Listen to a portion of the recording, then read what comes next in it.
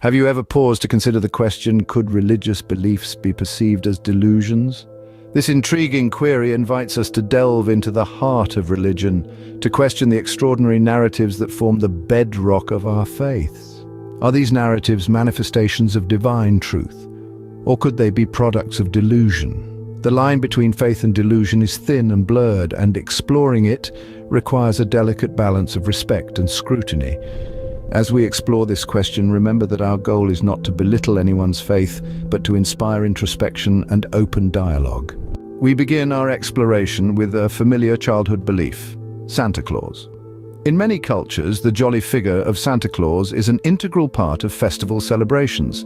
This mythical character, who supposedly travels the world in a single night, delivering gifts to children who have been nice and not naughty, is a belief that most of us have held at some point in our lives. This belief is instilled in us by our parents, our society, and our culture, and it thrives despite the lack of any concrete evidence to support it. The anticipation of Santa's arrival, the excitement of finding gifts under the tree, the joy of the magic he supposedly brings, these are all feelings based purely on faith.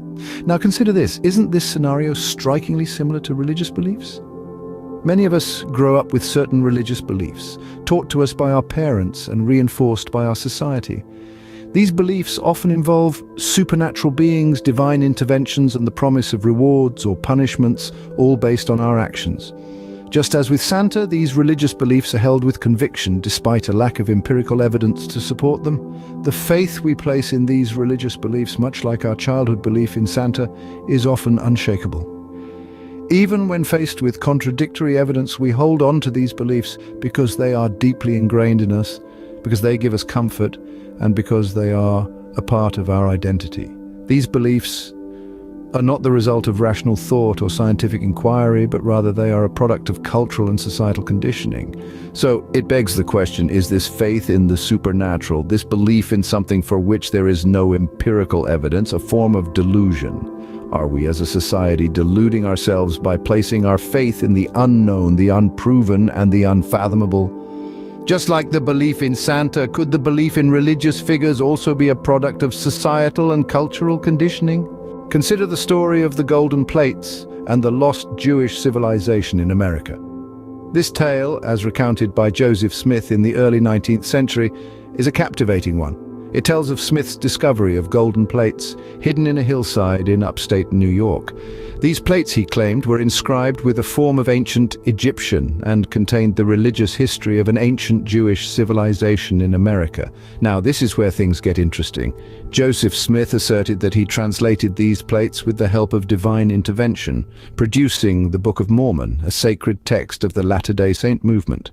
The golden plates, however, were never shown to the public. Smith said that after he finished his translation, an angel took them back to heaven. Despite the lack of empirical evidence, no plates to examine, no ancient inscriptions to verify, this story is the cornerstone of a major religion, the Church of Jesus Christ of Latter-day Saints, with millions of followers worldwide. To them, the tale of the golden plates is not just a story, but a testament of divine revelation and the foundation of their faith. But let's step back for a moment. If we view this story through the lens of critical thinking, questions arise. Where is the evidence of these golden plates? Where are the remnants of this lost Jewish civilization in America? If we cannot find empirical proof, could we not then perceive this belief as a delusion? It's a sensitive topic, of course. Faith can often exist independently of physical proof. And who are we to question the deeply held beliefs of others? But it does raise an intriguing question about the nature of religious beliefs, their origins, and the role of evidence or the lack thereof in their perpetuation. The belief persists despite the absence of evidence. Is this not reminiscent of many religious beliefs? We'll delve deeper into this topic in our next segment. Stay tuned. Let's delve into another narrative, the revelations of an angel to a man. In this tale, we encounter the angel Gabriel, a heavenly figure revered across diverse religions. According to the narrative, Gabriel appeared before a man, unveiling divine knowledge and revelations.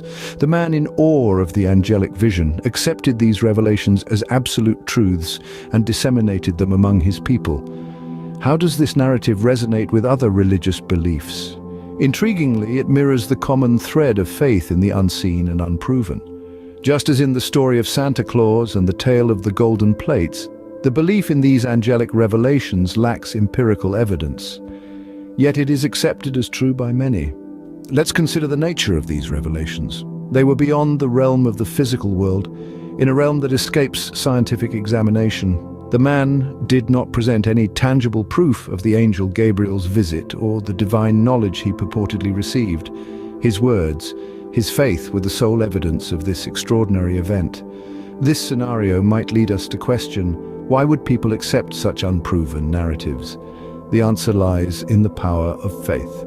Faith, by its very definition, doesn't require empirical evidence. It is belief in the unseen, the unproven, the divine. It is a powerful force that can shape our perceptions and our reality. Yet from a skeptical perspective, this faith in the unseen could be construed as a delusion. A delusion, after all, is a belief held with strong conviction despite superior evidence to the contrary. In the absence of empirical evidence, the revelations of the angel Gabriel could be seen as such. But it's important to remember, what may seem like a delusion to one may be a profound truth to another. The human mind is a complex entity, capable of holding beliefs that transcend the tangible and observable. These revelations, though unproven, form the basis of a religion. Could this be another instance of religious delusion? Critical thinking plays a vital role in discerning reality from delusion. Just as a lighthouse guides lost ships in the dark, critical thinking illuminates our path through the fog of misinformation, superstition, and unverified claims. Let's consider a scenario. We're told of extraordinary events, miraculous happenings that defy the known laws of nature. These stories are often found in religious texts or doctrines. Without tangible evidence, these claims may seem fantastical, even delusional to some, but to others, they are articles of faith, deeply held beliefs that define their understanding of the world and their place in it. This is where critical thinking steps in. It's not about debunking beliefs or dismissing them outright. Rather, it's about evaluating these claims with an open yet analytical mind. It's about asking questions. Where is the evidence? What are the sources? Are there alternative explanations?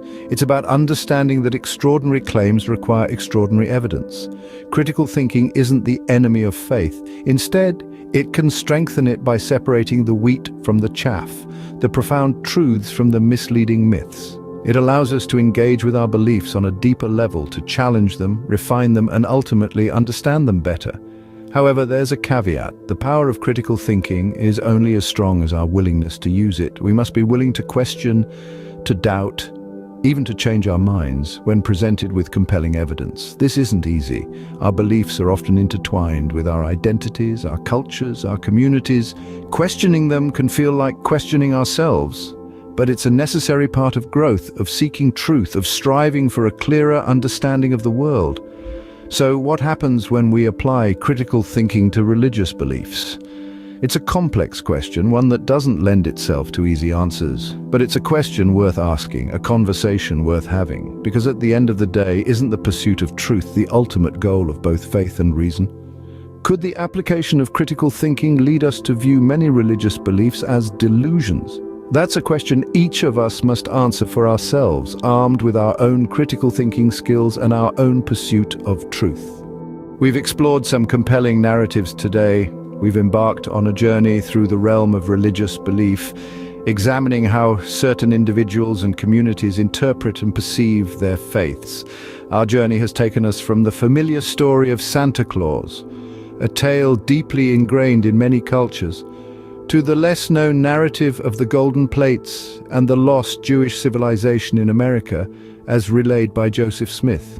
We've also delved into the accounts of angelic revelations, highlighting how these supernatural events, deeply held by some, can be seen as delusions by others due to a lack of empirical evidence.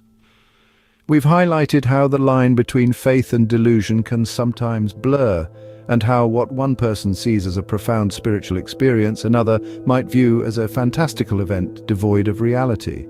These narratives serve as a testament to the complexity and diversity of human belief systems and the power of stories that shape our perceptions of the world. but they also underscore the importance of critical thinking in evaluating extraordinary claims, reminding us that skepticism isn't an enemy of faith, but rather a tool for deeper understanding. Next time you encounter a religious belief, ask yourself, could this be a delusion? Remember, the goal is not to undermine faith, but to foster understanding and dialogue.